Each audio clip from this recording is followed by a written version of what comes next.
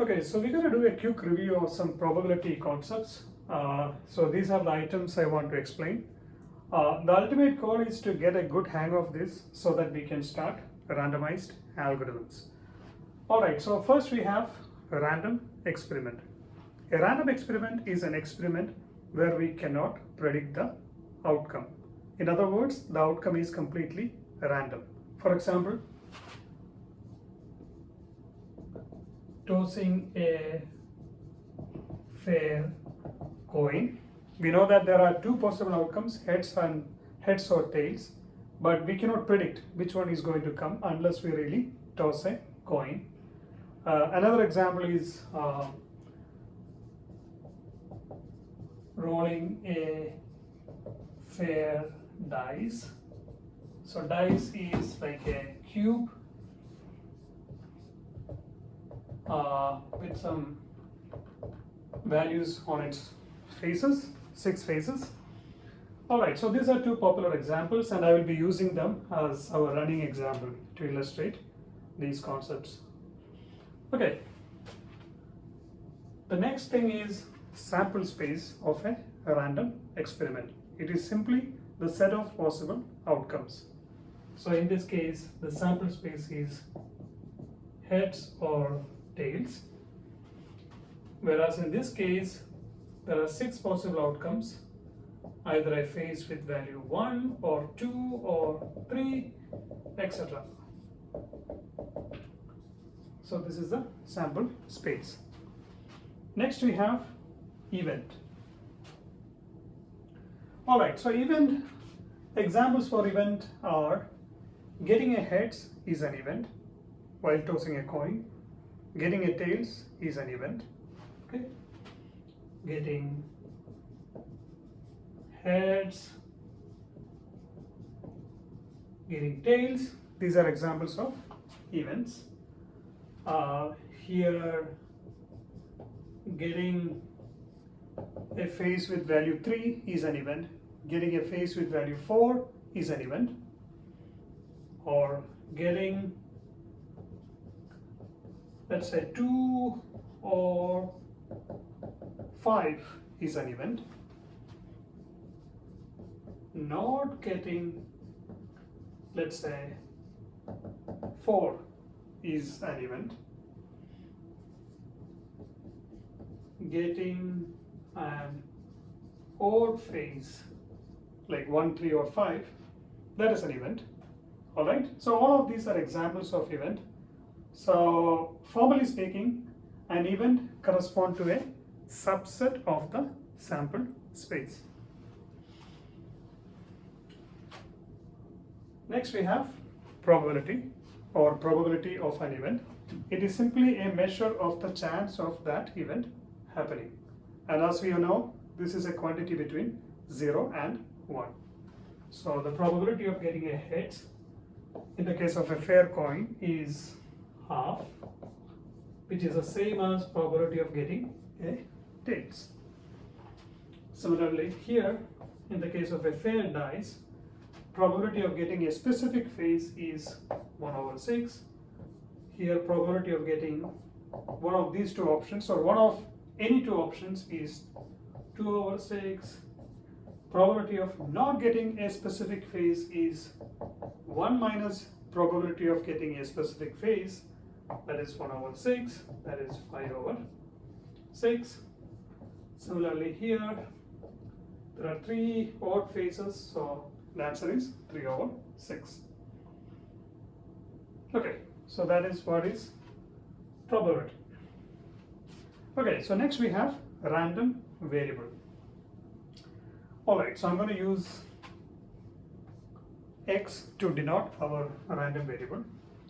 Alright, so random variable is a variable which takes some values, some numbers, some real numbers based on the outcome of a random experiment.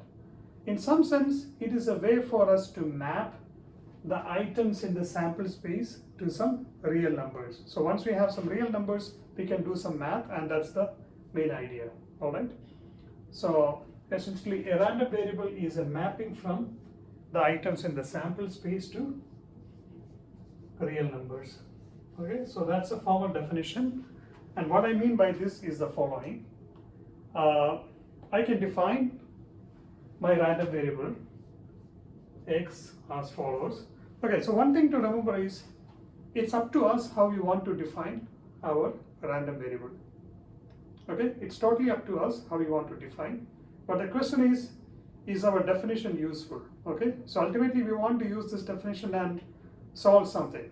Okay, so we must define it in a clever way. Okay, so let me show you one example.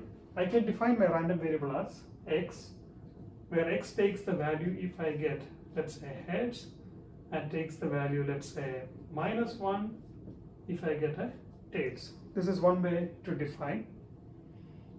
If I want, I can define this in another way. Let's say takes the value 0.8 if I get heads, and let's say 0.62 if I get tails. Okay, so it's totally up to me how I want to define based on what I really want to do with it, or how I want to use it to solve some problem. Let me define a random variable for this experiment. X as, let's say x takes the value 1 if I get the face with 1 dot, and let's say 2 if I get with 2 dot, 3 if I get with 3, so on and so forth, and 6 if I get this. Alright, so these are examples of random variable, and it's important to remember that it's up to me how I want to define this, right? Okay. Things will be much more clear as we see some examples. Now I have something here called the indicator random variable. So the indicator random variable is a specific random variable with respect to a specific event. Okay, so let's consider the example of this experiment, and I'm interested in a specific event. Let's say the event I'm interested in is let's say getting heads is the event I'm interested in. The indicator random variable corresponding to this specific event is the following. It's a random variable which takes the value 1 if the event, like getting a heads, happens, and it takes the value 0 otherwise. Alright, I could consider another event. Let's say let's consider this experiment, and I could think about another event. Let's say event is getting, let's say, getting 2 or 5. Getting 2 or 5 is another event, and my random variable will be defined as the follows. Let's say a random variable x, and it takes the value 1 if I get 2 or 5 as an outcome of my dice rolling. Otherwise, it takes the value 0. So it's a specific random variable which takes only values 1 or 0 based on whether the event has happened or not. It's a pretty useful thing, especially when we analyze randomized algorithms. Okay, so now that we have several definitions, what I have next is something called the expectation of a random variable.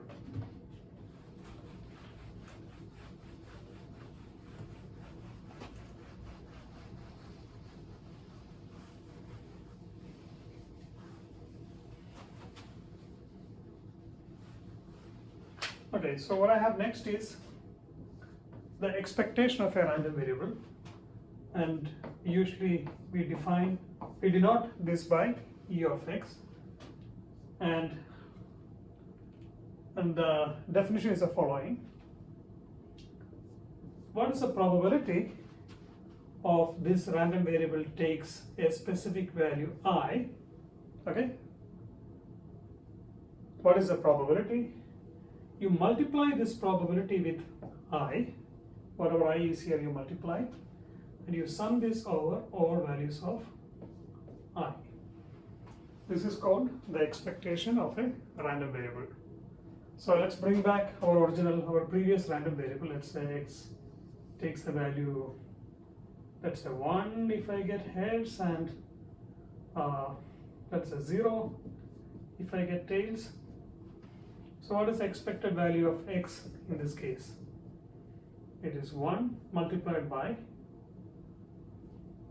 like 1 is a possible value, 1 multiplied by the probability of x taking 1 plus 0 multiplied by the probability of x taking 0. So 1 multiplied by probability of x taking 1 is the same as probability of getting a heads, that is half, plus 0 multiplied by probability of getting a tails, that is half. So this is half. Alright. For our other random variable of rolling a dice, there are 6 possible values this random variable was taking, like 1, 2, 3, etc. up to 6. So the expected value of that random variable is what?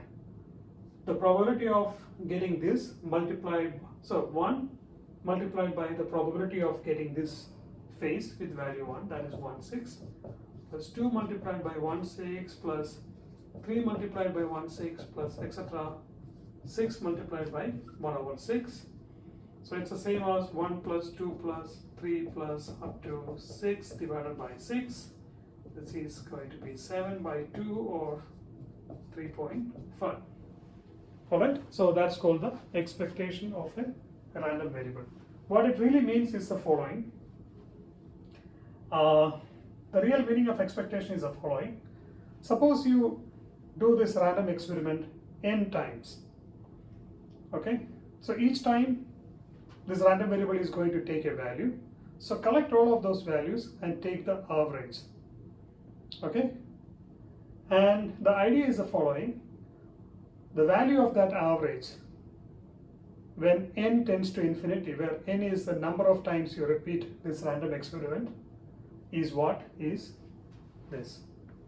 Okay, so expectation is essentially the weighted average.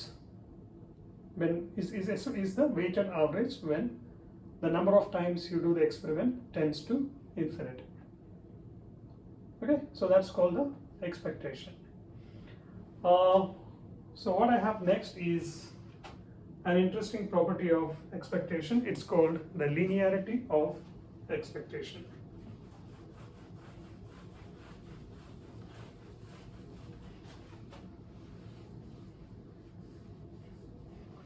Okay, I need more space. So linearity of expectation, and I have a nice puzzle coming up. So the linearity of expectation is the following. So the formula for expectation is sigma I multiplied by probability of x is equal to I. That's the formula for expectation. Linearity of expectation is the following. Suppose you have two random variables x and y. Okay, two random variables x and y. Then the expected value of x plus y is the same as the sum of their expectation. Okay, so this is called linearity of expectations. So even if you have multiple random variables like x, y, z or more, the expectation of their sum is the same as sum of their expectation. Okay, so this is called the linearity of expectation, a pretty useful property. So I will prove this, and before I prove this, I want to show you a small example, just to get a feel of why this is very important and useful. Okay, so let's try to bring in a new experiment, new random experiment. So the random experiment is the following. Rolling, let's say, 2 dices. So I'll be rolling 2 dices simultaneously. There's a first die and there's a second dice. Okay. And I'm defining two random variables now. Let's say x here and y, where x is the value corresponding to the, x is the value corresponding to the outcome of the first die, and y is the, and y takes the value corresponding to the outcome of the second dice. And what I'm interested in is what is going to be the expected value of x plus y. Alright, so rolling two dice simultaneously, and what I will do is I will sum up the values obtained, and I want to see what is going to be the expected value of that sum. Alright, so let's try to solve this in a very naive way. So naive way basically means I want to see what are the possible outcomes of this experiment. And the way I'm going to show you is the following. I'm going to just show you as an ordered pair, like the value taken by the first, value given by the first die and the value given by the second die. I'm going to show it as a pair. So this x is going to take all values from 1 to 3 up to 6. Similarly, y also could take different values, right? 1, 2, 3 up to 6. And I can represent this in the form of a matrix as follows. So 1, 1 is a possibility. The first die gives 1, the second die also gives 1. 2, 2 is another possibility. Sorry, 1, 2 is another possibility. First die gives 1 and second die gives 2. Then 1, 3, etc. up to 1, 6. Okay. Similarly, I will have 2, 1, 2, 2, 2, 3 up to 2, 6. Then 3, 1, etc., etc. 6, 1, 6, 2, 6, 3 up to 6, 6. So essentially there are 36 different possibilities. Alright, so there are 36 different possibilities. 6, 1. And what are the different sums possible? Okay, so the lowest sum possible is this, which is 1 plus 1, that is 2 is the lowest sum possible. Then 3 is possible. And how many ways 3 is possible? Like you can have 2 plus 1 and 1 plus 2. These are two different ways you can make the sum equals 3. And we have 3 different possibilities of making the sum 4. Okay? So if you do the math, if you look at this carefully, you are going to see 5 different ways you can make the sum, 4 different ways you can make the sum 5. Okay? And you will find 6 different ways to make the sum equal to 7. Okay? So the sum could be 2 or 3 or 4 or 5 or 6, 7, 8, 9, 10, 11, 12. So these are the different sums possible. These are the different sums possible. And out of 36 possibility, there is only one way you can make the sum equals 2. Which means the probability of getting the probability of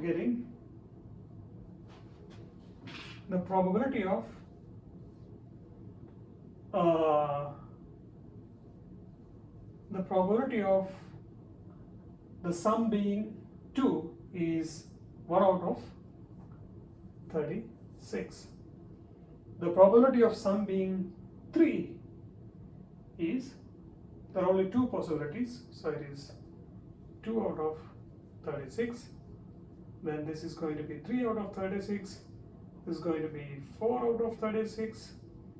is going to be 5 out of 36, it's going to be 6 out of 36,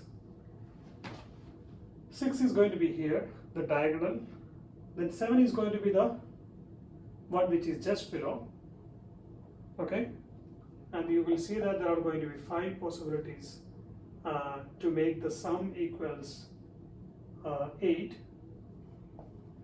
and there is going to be 4 over 36, 3 over 36, 2 over 36, and 1 over 36. So what you're going to what you're seeing here is the different ways you can make the sum. Okay, and so what you're seeing here is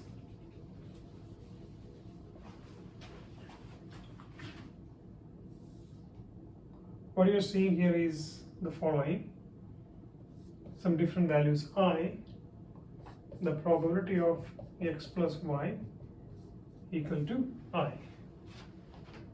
Okay, now to do the expected value, what you can do is you can multiply each of these values with this probability and add it up. Okay, so that is going to be the expected value. I'm not going to do the full math here, but what I can say is the final answer is going to be the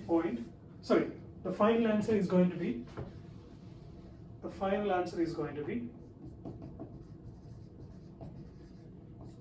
be 7. Okay, all right.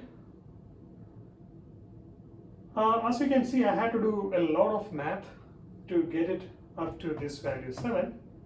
But if I simply use this formula, the linearity of expectation formula, that is, expectation of the sum of two random variables is the same as the sum of expectations, then I can immediately get this 7 by simply summing up, simply asking these two questions. If I take this die independently and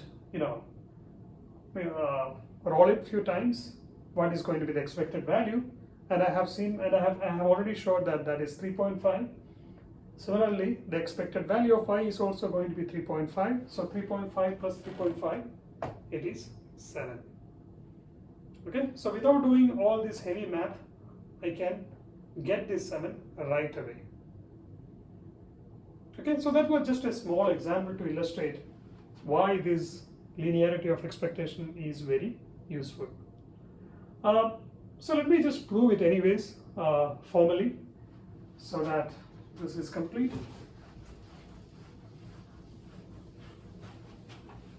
It's pretty easy.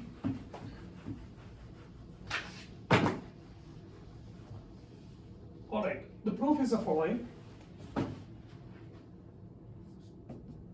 Expectation of x plus y is simply the following.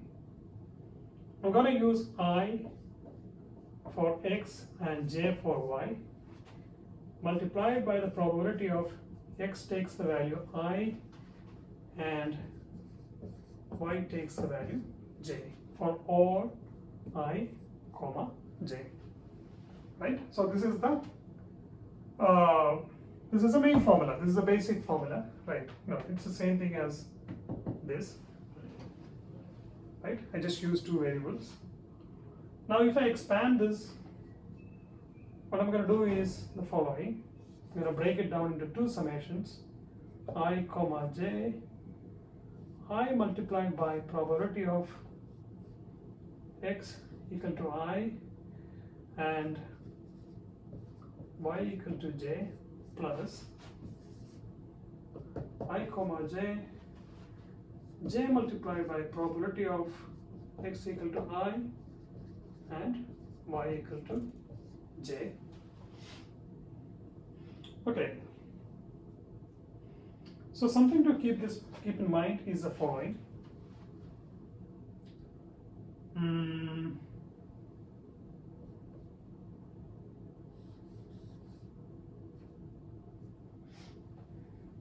So you are summing this over all values of I and j.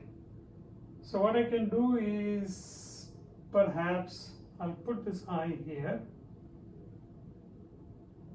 okay, and I will keep this I here, and I will do this.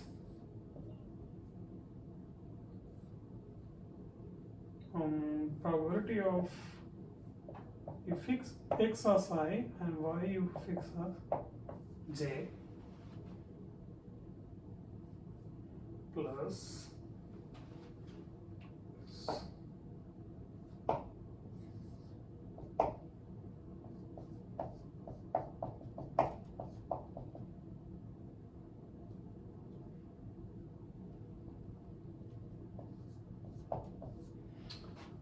okay, so what's happening here is the following.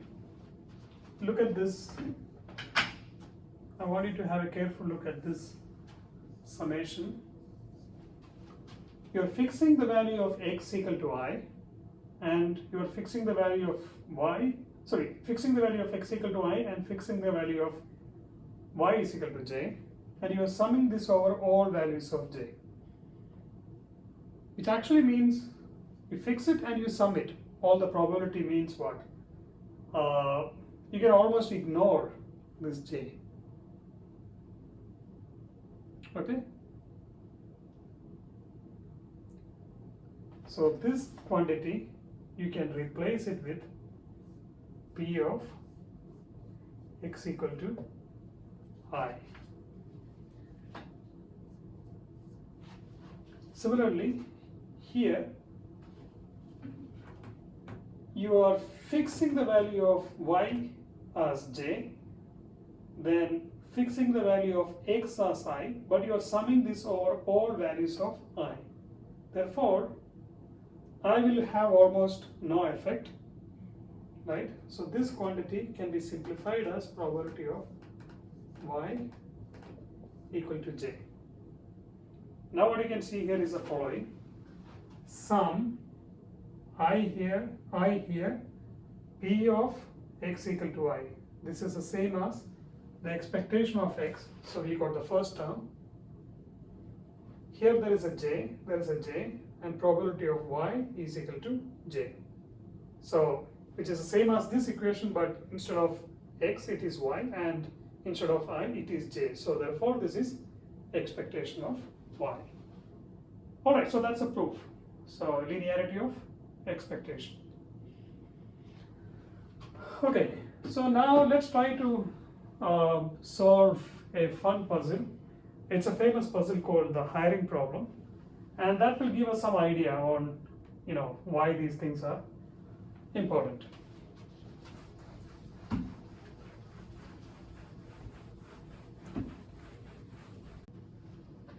Okay, the hiring problem. This is also known as hiring an assistant or hiring a secretary. The problem is the following, that we have a job opening and there are n candidates, C1, C2, C3 up to Cn, waiting to be interviewed, and we want to choose the best. But there is a small constraint here that at the end of an interview, we should tell the candidate whether we are going to hire him or reject him. Okay, even before seeing the next candidate, we should tell the current candidate whether we are going to accept or reject. Now, if you reject a candidate, we can never hire him back in the future. Okay? On the other hand, if you decide to hire a person, there is a cost associated with that hiring, like a hiring paperwork or some signing bonus or something. Alright, so hiring is associated with a cost, and firing means we can never hire back. Now the question is, with this constraint, what sort of a strategy I can come up with so as to still find the best candidate but using the minimum total hiring cost? That's the problem. And I have a small algorithm here, and probably this is the best you can do. Okay, so the algorithm is simply the following. You hire the first candidate no matter what, first candidate C1. Then for I is equal to 2 to n, which means you interview all the remaining candidates one by one. And And always you compare the current candidate, CI, with the current assistant. And if you feel like the current candidate is a better choice, you simply replace the current assistant with the current candidate, CI, which means fire the current assistant and hire the candidate whom you have just interviewed. Okay, so that's the algorithm, and it's pretty obvious that this will give us the correct answer. Now, the question is, what is going to be the total hiring cost? So this step, like hiring someone, has a hiring cost. Okay, let's say $100 to hire someone. Now, our objective is to minimize the total hiring cost. Fine. So let's try to see what is going to be the number of hirings. This is what we want to figure out. So what is going to be the number of hirings in the worst case? Number of hirings in the worst case is going to be N. Okay, so this happens if all the candidates come in the ascending order of their qualification.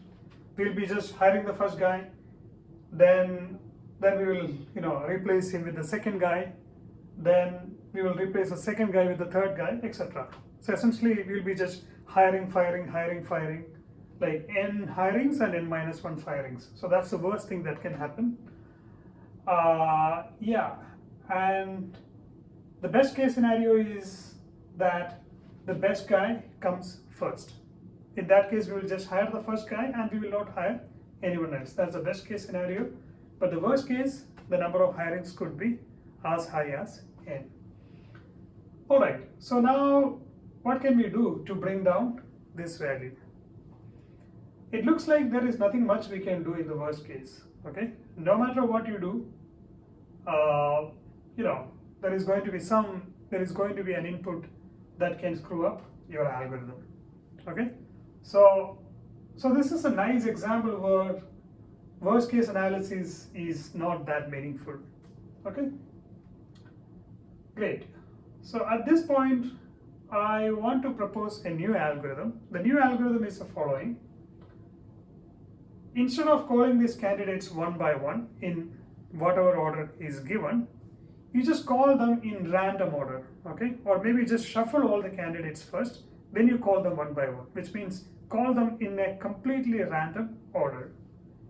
Now, again, even with this, the worst case complexity is going to be N, but let's try to analyze what is going to be the expected number of hirings, after we do a random shuffle.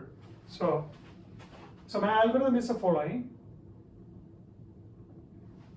So essentially, I add one step here, do a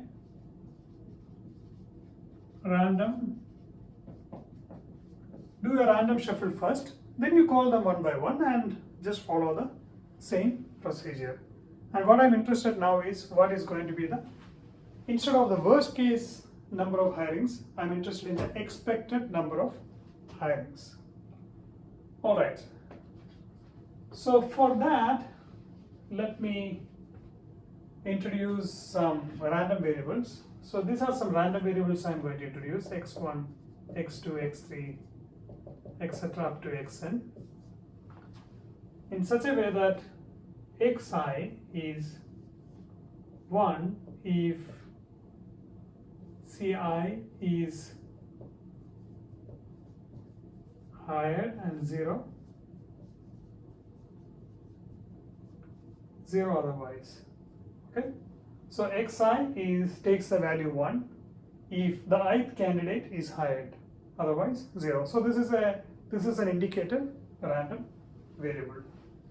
Therefore, the number of hirings is simply x1 plus x2 plus up to xn. So clearly x1 is 1 because we will always hire the first candidate. Okay, now I am interested in the expected number of number of hirings, which is the expected number of sum of xi's, which is the same as sum of expectations from linearity of expectations. And now the question is, what is going to be E of xi, which is 1 multiplied by the probability of xi is equal to 1 plus 0 multiplied by the probability of xi is equal to 0, which is simply the probability of xi is equal to 1. Okay. So what is the probability of hiring the ith candidate? Okay. So the way to look at this is the following. The ith candidate will be hired if and only if he is the best among the first I candidates. Okay. So suppose these are the candidates like this, and let's say these are the first I candidates. So the best among them, should be at position I, right? The best among the first I candidates should be at position I, then only the ith candidate will be hired. And the best guy could be anywhere between 1 and I with equal probability. Therefore, the best among the first I candidates being at the ith position is the same as 1 divided by I. That is 1 divided by the number of positions, that is 1 over I. So if you just plug in this quantity back here, this will look like 1 over I, and this is nothing but the harmonic series, 1 over 1 plus 1 over 2 plus up to 1 over n. This is simply log n to the base e. Alright, so that's the answer. So as you can see, the worst case is n, but the expected case is log n. It's much better. So this is a nice example where randomization can immediately improve the worst case time complexity by a big factor. Okay, next we have Bernoulli trials, and at the end I will show you a small puzzle called the coupons collector problem. Okay, so here we are interested in a random experiment with exactly 2 outcomes, means the sample space has exactly 2 elements. So the sample space has exactly 2 elements, and which I'm going to call as success and failure. Okay, so this is the sample space, success and failure, and the probability of success I'm going to denote by P, and the probability of failure I'm going to denote by Q, which is 1 minus the probability of success. And let me also define something called X. X is a random variable, which is basically the number of times I have to repeat this experiment until I see the first success. Okay, number of trials until first success. For example, tossing a coin, and I can say that getting a heads is a success. So what I could be doing is I could keep on repeating the experiment, means I'll keep on tossing until I get the first heads. Okay, so that's a small example. And what I'm really interested in is the expected value of X, means the expected number of trials to see the first success. Alright, so let's try to figure this out.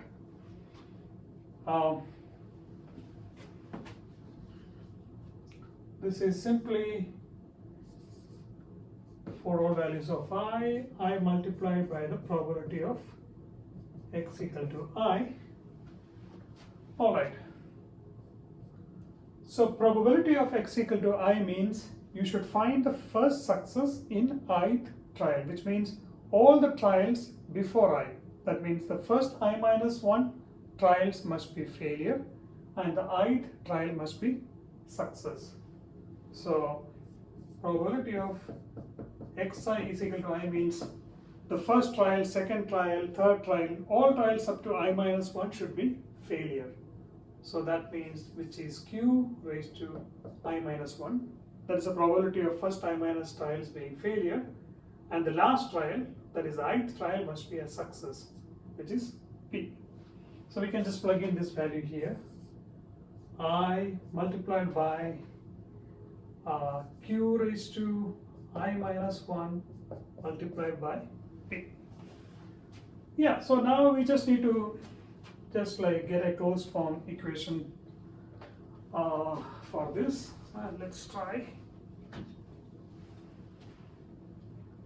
This is going to be p plus 2pq plus 3pq square plus 4pq cube, etc. This I can write as p plus pq 2 times plus pq square plus pq square plus pq square 3 times plus pq cube plus p plus p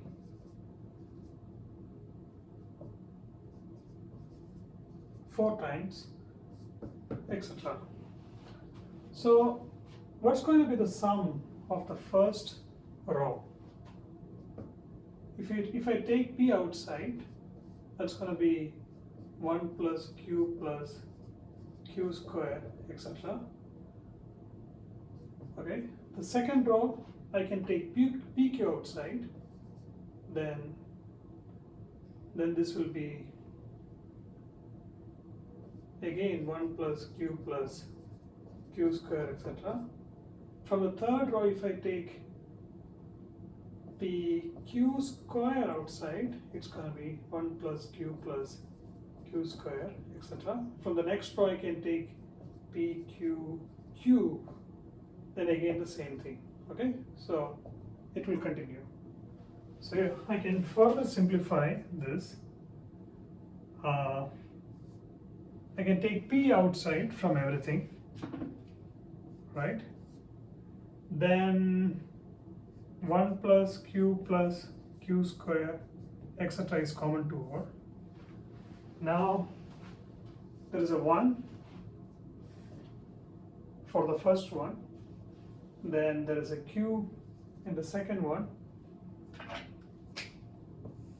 okay, then there is a q square in the third one, etc. Okay, so now we are here, so that is p multiplied by 1 plus q square, etc. whole square. Okay, so that is p 1 plus q square, etc. is 1 divided by 1 minus q, and there is a whole square. So p 1 minus q is p. Is 1 over p. Alright, so what we have is the following. The expected value of x is simply 1 divided by the probability of success. Okay, it's a pretty useful result, especially in the analysis of randomized algorithms, and also when we learn hashing we will see this again. Okay, Okay, next we're going to see a small application of this result where we're going to solve this puzzle called the coupons collector problem. This is a famous puzzle. So here we have n distinct coupons in a bin. Okay, we have n distinct coupons in a bin, and we're going to do an experiment as follows. We will close our eyes and we'll pick a coupon randomly, then we will check what it is and we will remember. Then we put that coupon back and again, pick a coupon randomly, remember what it is, then put it back. Okay, we'll keep on doing this experiment until we see all the coupons at least once. Alright, draw a coupon, see what it is, put it back. Again draw a coupon, see what it is, put it back. Repeat this experiment until we see all the coupons at least once. And what I'm interested in is a quantity x, which is the number of trials. Basically the number of trials until we see all coupons. Alright, so what is going to be the worst case value of n? Clearly that is infinity, because we could be just seeing the same thing again and again forever, and so therefore the worst case value of x is infinity. The best case is n, because in the first n trials we could see n distinct coupons. Now what we are really interested in is the expected value of x. Okay, this is what the problem is. Okay, to solve this I'm going to introduce some random variables. I'm going to introduce some random variables x1, x2, x3 up to xn. Alright, and defined as follows. x1 is the number of trials to see the first distinct coupon, and clearly it is 1, because the moment you pick a coupon you saw the first distinct coupon. Now x2 is the number of trials until number of trials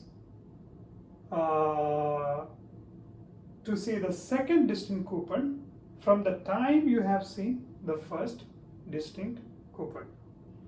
Similarly, x3 is the number of trials to see the third distinct coupon from the time you have seen the second distinct coupon. So in some sense what is going on is like if this is like a timeline, where x denotes the total number of trials, then I'm just breaking down into x1, right? x1 is the number of trials until you get the first coupon.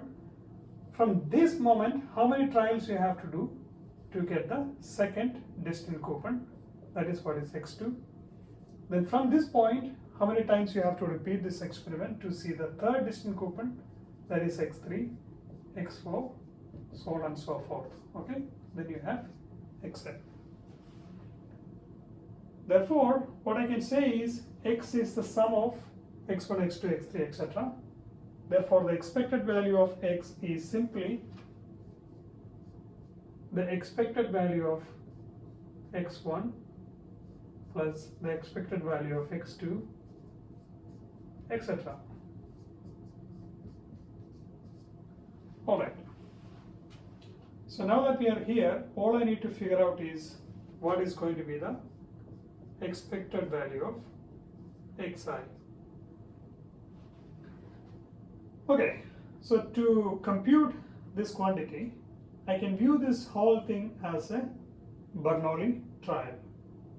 Okay, so let's see what's going on here. Let me just call it as xi. Okay, At this moment, I have already seen, right, from this moment I have already seen I minus 1 distinct coupons I have already seen out of n coupons. And all I'm trying to do is see a coupon which is different, right? See a different coupon. That's all I want, right? Then I can move on. In other words, I can define success as seeing a coupon other than the I minus 1 coupons I already seen. Therefore, the probability of success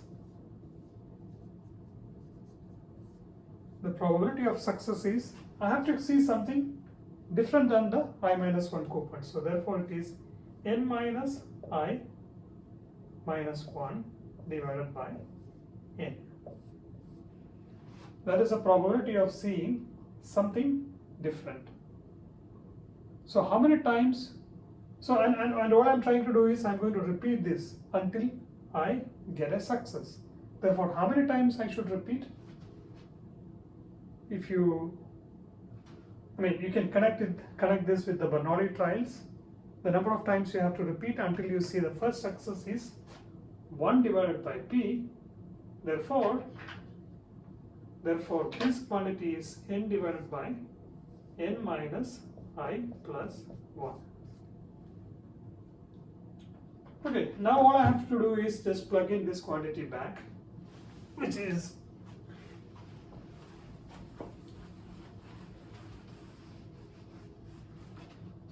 simply n divided by n minus I plus 1. So this is n divided by n. For the first one, I know it already.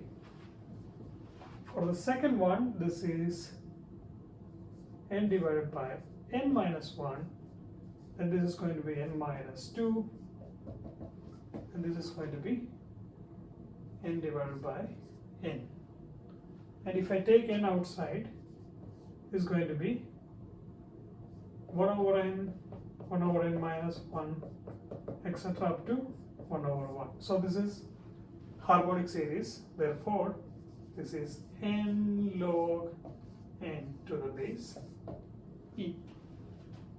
Okay, it's approximately. Alright, so that's the expected number of trials to see all the coupons at least once. So it's a simple application of this result.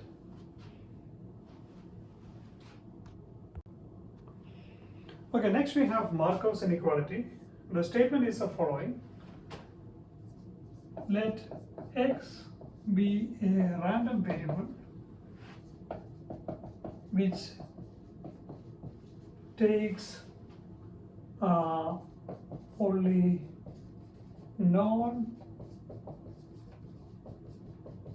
non-negative values, then the probability of x taking a value more than some constant times the expected value of x is bounded by 1 divided by c. Okay, this is a very useful inequality in the context of randomized algorithms, because usually we use x to represent the running time of an algorithm. Therefore, if someone asks a question, what is the probability that your actual running time is, let's say, 100 times more than the expected running time, then we can immediately say that it is less than 1%. So the probability of your actual running time being a lot more than the expected running time is a lot less. So C here and C is in the denominator here. Okay, so in that sense it's pretty useful. It's kind of connecting the expected running time with the actual running time using probability. Okay, so let's try to prove this. So the proof is simple. Let's start with the formula for expectation. This is simply for all values of I, x equal to I, and let me just split this inequality into, split this summation into two parts. For all values of I less than A, where A is something which I will fix later, plus all the remaining quantity, that means I greater than or equal to A, I, probability of x equal to I. Now what I can do is, I'm going to ignore the first part, okay? I'm going to ignore the first part. So remember that this is a random variable which takes only positive quantity, and probabilities are always positive. Therefore, this quantity is positive, so when I delete this quantity, then the left hand side becomes bigger. So then I can write this, E of x is greater than or equal to summation of I greater than or equal to I, P of x equal to I. Okay, so I just took this quantity down here, and this equation will become, this equality became inequality. Okay, so here if you look, all the i's in this equation are something greater than a. What if I replace all of those i's with a? That means this quantity will become something smaller. Okay, so what I'm going to do now is I greater than or equal to a, but instead of I, I'm replacing all i's with a, and a is something smaller than i's. Okay, and this quantity I can write as a is a constant, so let me just take it outside.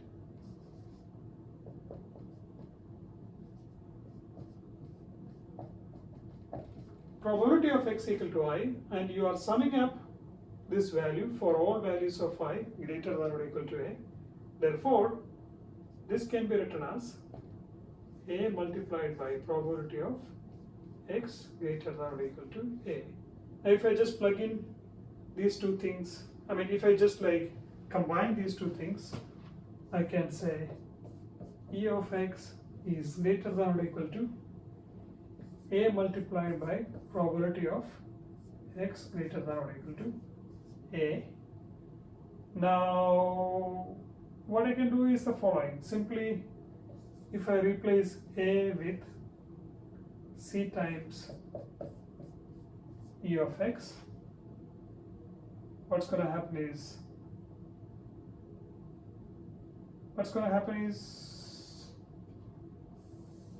I'll get this result. Okay, just replace a with c times E of x. So that is Markov's inequality. Okay, so finally we are at randomized algorithms. There are two main kinds of randomized algorithms. One is Monte Carlo type and another is Las Vegas type.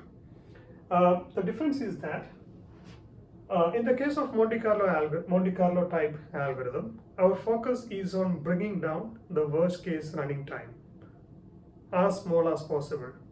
But in order to achieve this, we are ready to sacrifice the accuracy, which means we are okay even if the algorithm makes some occasional mistakes, okay, or even if the algorithm fails once in a while, okay, not too often. So that is Monte Carlo.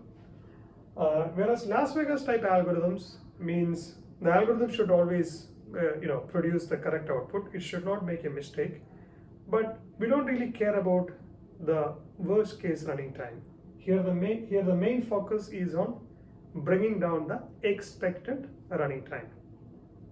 Okay, so it's essentially a trade-off between accuracy and running time. And usually randomized algorithms are much simpler than deterministic algorithms. Okay, the harder part is going to be the analysis, which needs a lot of probability and expectation and all these concepts. Okay, so let's see a small example problem, and let's try to design algorithms in both categories. So our problem is the following. You are given a bit array of length n with equal number of zeros and ones, and all we want to do is return a position corresponding to 1. Okay, return an I such that bi is 1. So this is a toy example. The array is of length 8. So you are free to return 3 or 6 or 7 or 8. Okay, these are the positions corresponding to 1. So this is the problem. Okay, now let's try to solve this problem deterministically. Okay, so I can propose a simple algorithm as follows. I'll start scanning the array from left to right until I see the first one. The worst case running time of this algorithm is going to be n over 2, close to n over 2, because I could seeing all the zeros in the beginning, right? In that case, I will end up scanning half of the array. But if I scan the array from right to left, the same issue will happen again if all the zeros are at the right side. Even if I come up with a more complicated pattern, maybe I will check the middle first, then I will check something here, etc.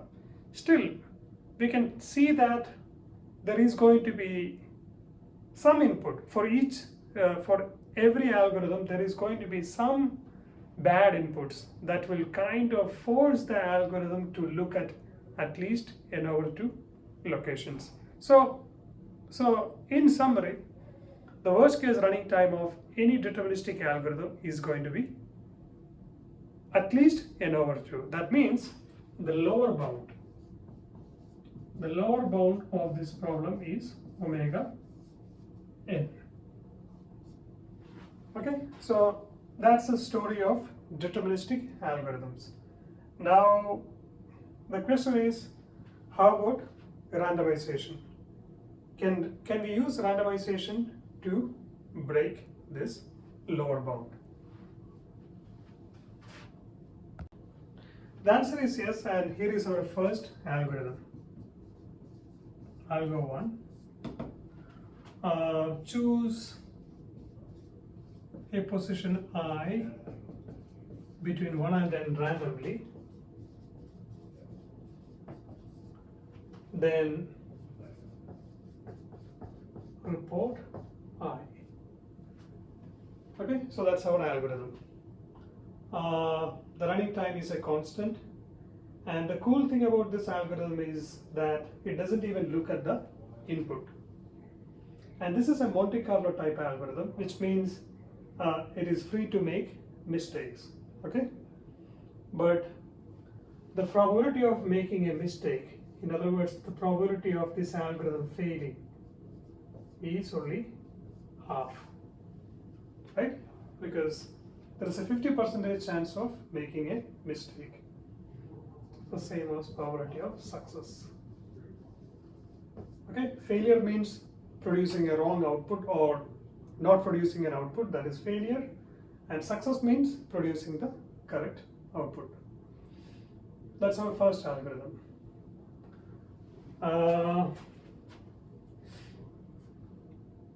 Here is my second algorithm. So what I'm going to do in my second algorithm is to improve the probability of success. Okay, this is only 50%, which may not be good enough for some applications. So I want to improve the success probability, and here is what I'm going to do. Again, choose I between 1 and n randomly, then if bi is equal to 1,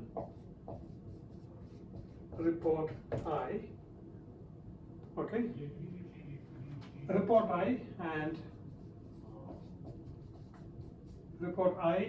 end.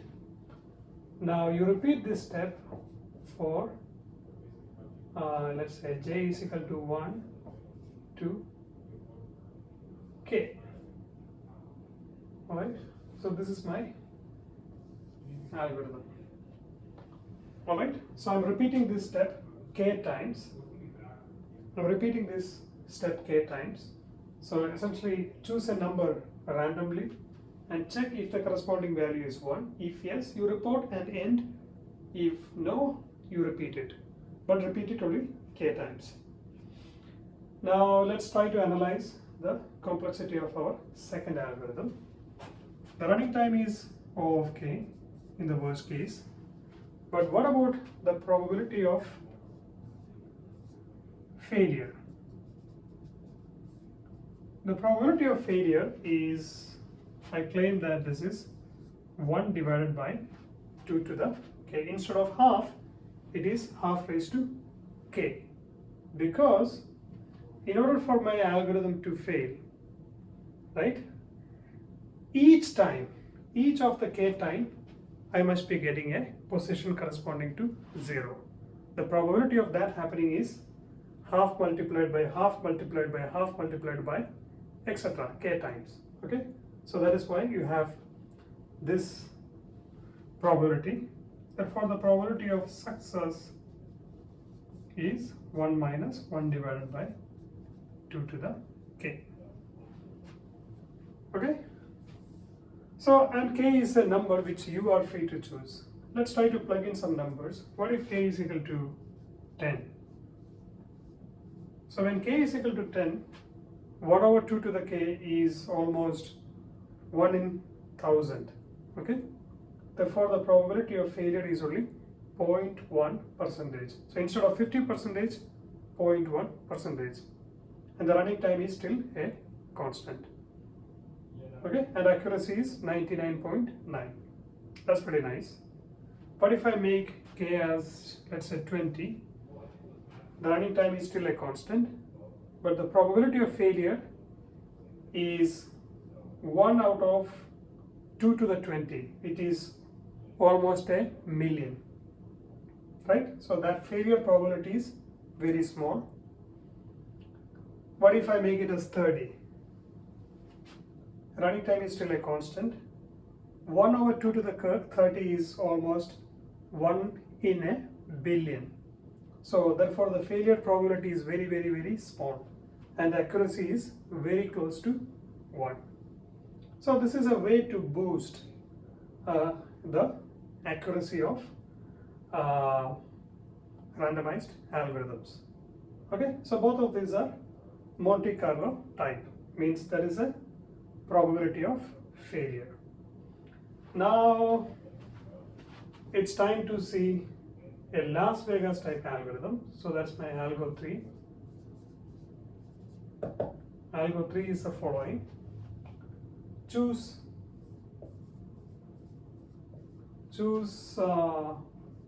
some I between 1 and n randomly.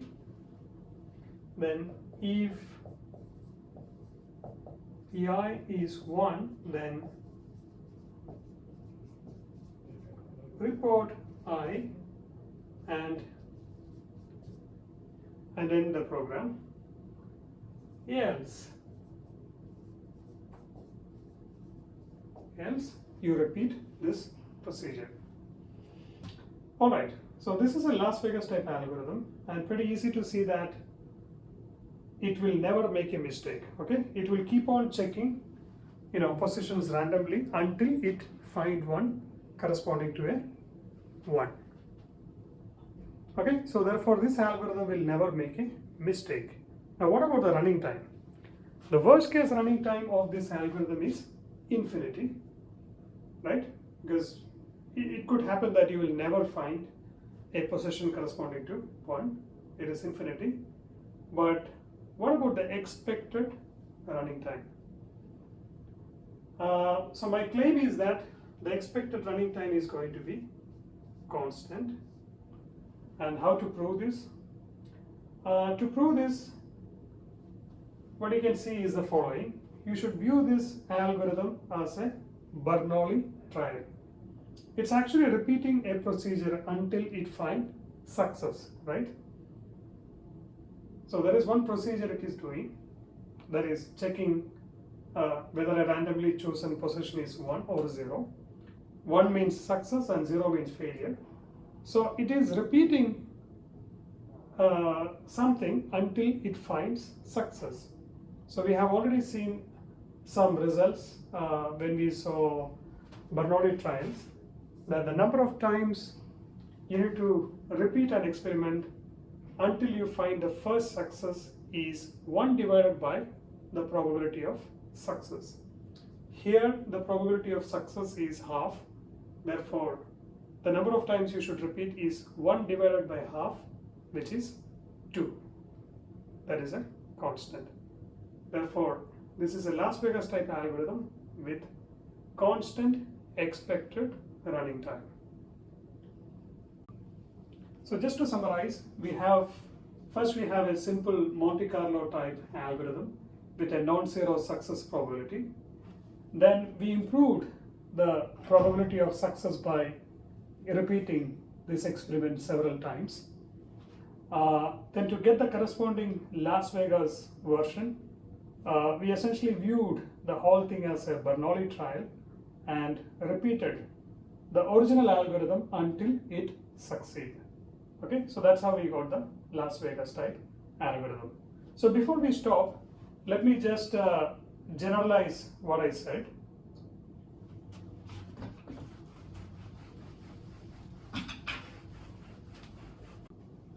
Suppose we have a Monte Carlo type algorithm with running time t of n and success probability p. So this algorithm is going to produce an output which could be correct or wrong. Suppose we can verify whether the output is correct or wrong quickly, let's say in s of n time. Verify if the output is correct or wrong. Okay, so therefore the total time complexity of this algorithm is Tn plus Sn. Then what we could do is we could get a better Monte Carlo algorithm. We could get a better Monte Carlo algorithm by simply repeating this experiment up to k times. Okay, and within k times, if the algorithm gives the correct answer, we can stop. So the time complexity is going to be k multiplied by Tn plus Sn. But the success probability has increased from p to 1 minus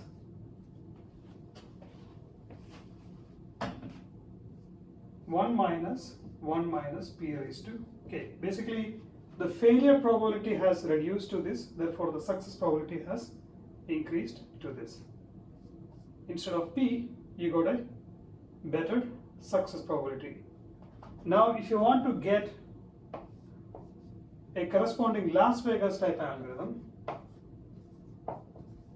all we have to do is repeat this algorithm until we get a success. So we can view this as a Bernoulli trial. So the expected number of times you need to repeat this algorithm to find a success is 1 divided by p. We have proved this result before, and each time the running time is t of n plus s of n. Okay, so this way we can get a corresponding Las Vegas type algorithm. So essentially we started with a simple Monte Carlo type algorithm, converted this into a better Monte Carlo type algorithm, then we also got a Las Vegas type algorithm with expected running time. Okay, so it's expected running time. Now I have one more thing to say, which is the following. Suppose somebody give you a Las Vegas algorithm. Suppose somebody give you a Las Vegas algorithm with expected running time, let's say T of n. How to get a corresponding Monte Carlo type algorithm. So here we saw how to convert a Monte Carlo algorithm into a Las Vegas algorithm. So what I'm asking now is how to convert a Las Vegas type algorithm into a Monte Carlo type algorithm. So the given Las Vegas type algorithm has an expected running time of T of n. So the corresponding Monte Carlo type algo is the following. Okay, you basically take your original Las Vegas algorithm and you run for, let's say, 2 times T of n time, twice the amount of the expected running time. Okay, that's it. So this is the worst case running time. Now, and that is my Monte Carlo type algorithm. So what we have seen before is whenever you say a Monte Carlo type algorithm, you should say what is going to be its success probability. So let's analyze what is going to be its success probability. So essentially what we are doing here is we run the algorithm for this much time. And if we get the output within this much time, we say that we have succeeded. Otherwise we say that we have failed. So what is the probability of success? So probability of success, to compute this, what I'm going to show you is the following. I'm going to bring back Markov's inequality, which says the probability that the expected value of a random variable, here the random variable is the running time of our algorithm, running time, which is actual running time, is greater than or equal to 2 times the expected running time is less than or equal to half, right? Just a simple application of Markov's inequality, which says the actual running time of this algorithm, the probability that this algorithm runs more than twice the expected time is less than half. Okay, which means the probability of this algorithm finishing within 2 times Tn is more than half. So we got at least a success probability greater than half. Okay, so that is my corresponding Monte Carlo algorithm. So this essentially complete the picture of different randomized algorithms. And what we're going to see next is more solid examples like quicksort and quickselect. And all of these concepts will be, we will see all of this again in hashing and also when we study some graph algorithms. Okay.